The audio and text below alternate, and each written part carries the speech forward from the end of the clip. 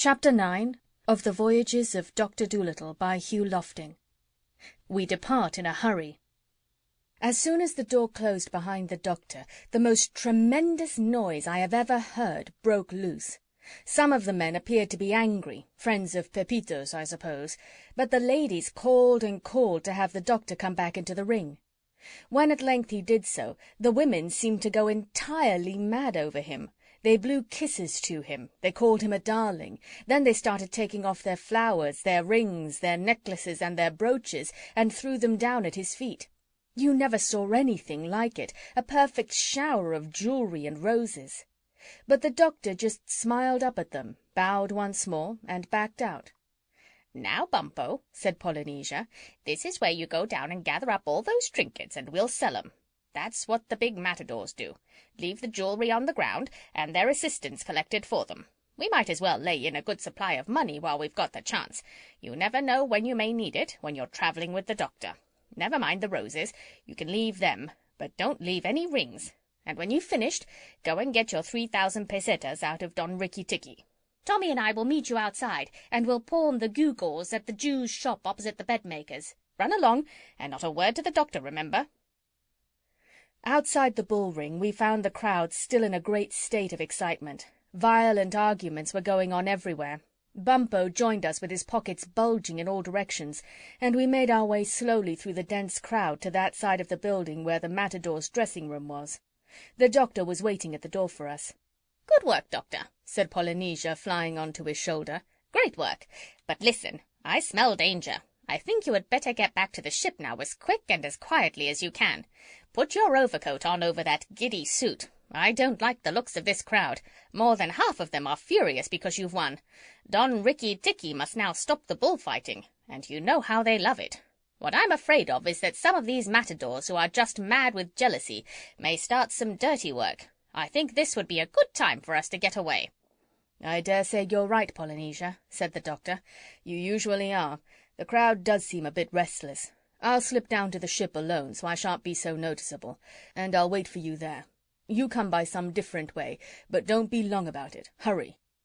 As soon as the doctor had departed, Bumpo sought out Don Enrique and said, "Honourable sir, you owe me 3,000 pesetas." Without a word, but looking cross-eyed with annoyance, Don Enrique paid his bet. We next set out to buy the provisions, and on the way we hired a cab and took it along with us. Not very far away we found a big grocer's shop, which seemed to sell everything to eat. We went in and bought up the finest lot of food you ever saw in your life. As a matter of fact, Polynesia had been right about the danger we were in.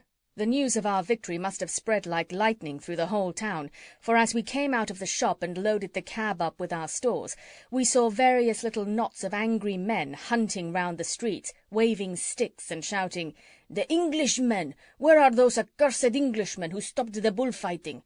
Hang them to a lamp-post! Throw them in the sea! The Englishmen! We want the Englishmen!" After that we didn't waste any time, you may be sure. Bumpo grabbed the Spanish cab driver and explained to him in signs that if he didn't drive down to the harbour as fast as he knew how and keep his mouth shut the whole way, he would choke the life out of him. Then we jumped into the cab on top of the food, slammed the door, pulled down the blinds, and away we went. "We won't get a chance to pawn the jewelry now," said Polynesia as we bumped over the cobbly streets. "But never mind, it may come in handy later on. And anyway, we've got 2,500 pesetas left out of the bet. Don't give the cabby more than 2 pesetas 50, Bumpo. That's the right fare, I know." Well, we reached the harbour all right, and we were mighty glad to find that the doctor had sent Chee-Chee back with the rowboat to wait for us at the landing wall. Unfortunately, while we were in the middle of loading the supplies from the cab into the boat, the angry mob arrived upon the wharf and made a rush for us. Bumpo snatched up a big beam of wood that lay near and swung it round and round his head, letting out dreadful African battle yells the while.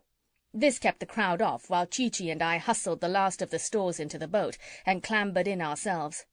Bumpo threw his beam of wood into the thick of the Spaniards and leapt in after us.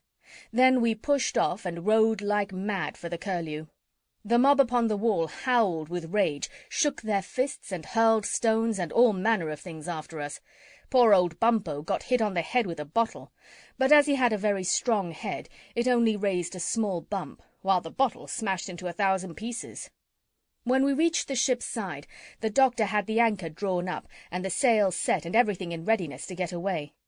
Looking back, we saw boats coming out from the harbour wall after us, filled with angry, shouting men, so we didn't bother to unload our rowboat, but just tied it onto the ship's stern with a rope and jumped aboard. It only took a moment more to swing the Curlew round into the wind, and soon we were speeding out of the harbour on our way to Brazil. "Ha!" sighed Polynesia, as we all flopped down on the deck to take a rest and get our breath. "That wasn't a bad adventure. Quite reminds me of my old seafaring days when I sailed with the smugglers. Golly, that was the life. Never mind your head, Bumpo. It'll be all right when the doctor puts a little arnica on it. Think what we got out of the scrap. A boatload of ship's stores, pockets full of jewelry, and thousands of pesetas. Not bad, you know. Not bad." End of chapter 9.